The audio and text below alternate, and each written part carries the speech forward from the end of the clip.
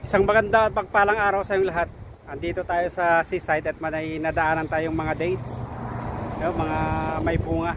Bibidyoan nga natin, tingnan natin kung ano itsura. Yan yung mga dates dito. So, dito lang sa tabing ano yan highway dito sa bansang Kuwait. Dito ang dami dito. Pag ano to nahinog, minsan nasisira lang to, sayang. Kasi ito yung ano, pambansang tanim nila dito.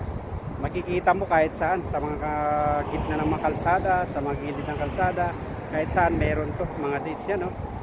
Yan. Titignan natin yung mga bunga. Baliktarin natin itong cellphone para makita natin maayos. Yan. Ang ganda, oh. Akala mo yung nagkumpulan na na duhat. Pag green pa. Oh. Yan, may mga dates dito sa tabing yan, oh. Nakahilera dyan sa highway. Talagang dates, ang dami. Pag namunga to, tulad ng sabi ko, pag nahinog, nasisira.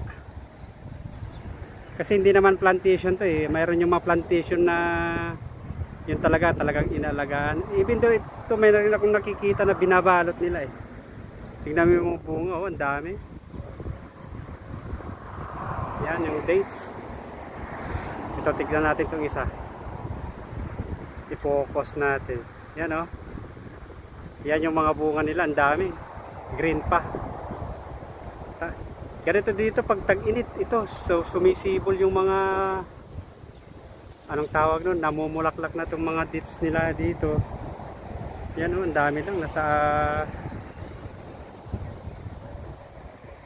tabi lang ng kalsada. Yan, oh, ang daming bunga. Yan yung dates. Oh. Yan pa, oh. So, daming bunga nakatago. Kahit yan. Kukumpulan.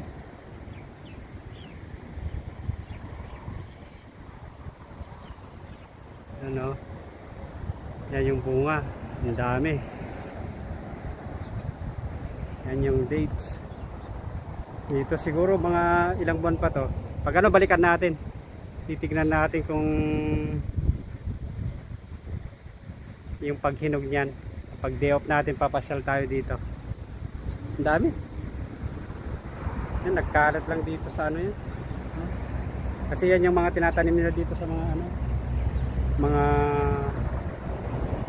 anong tawag yan, tabing kalsada, kahit saan makikita mo mga dates. So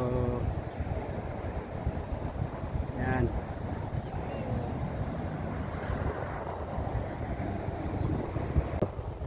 Sarap ng hangin dito kasi nandito ako sa tabing dagat.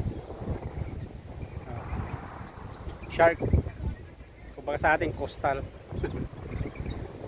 Sarap magpahangin dito kasi palubog na yung araw. Magpa 5:20 PM na. So hindi na kasi ng mainit kasi nga papasok pa lang yung init. Tsaka ang ganda ng simoy ng hangin. Maganda pa din pala maglakad-lakad dito paghapon. Ito, tulad ng sabi ko, ito yung mga dates, ang dami. Mga pag namunga. Ang ganda ng bunga. So, pauwi na tayo. Yan, yung mga dates dito. Pambansang puno nila dito. Kasi kahit saan makikita mo.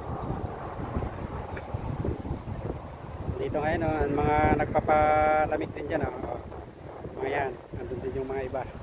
Kasi maganda na yung maganda na pala yung klima pagpahapon. So, basta naman ang buhay dyan, mga kapwa ko FW. Tiis-tiis lang. Ang hirap papalay sa pamilya, kaso nga lang kailangan natin magtiis. Dito sa ibang bansa, kailangan natin ng sakripisyo,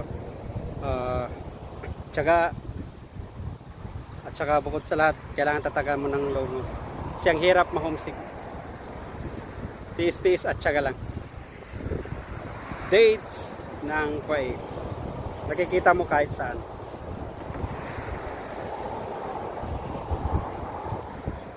So, ayun na, uwi na tayo. At maraming salamat sa iyong pagsama. Ako pala si Ronnie, isang OFW dito sa bansang Kuwait. Pa-support naman ang channel ko, Ronnie Mutilla Vlogs. Like, share, and subscribe. Maraming salamat. At hanggang sa muli, kita-kits sa susunod kong mga videos.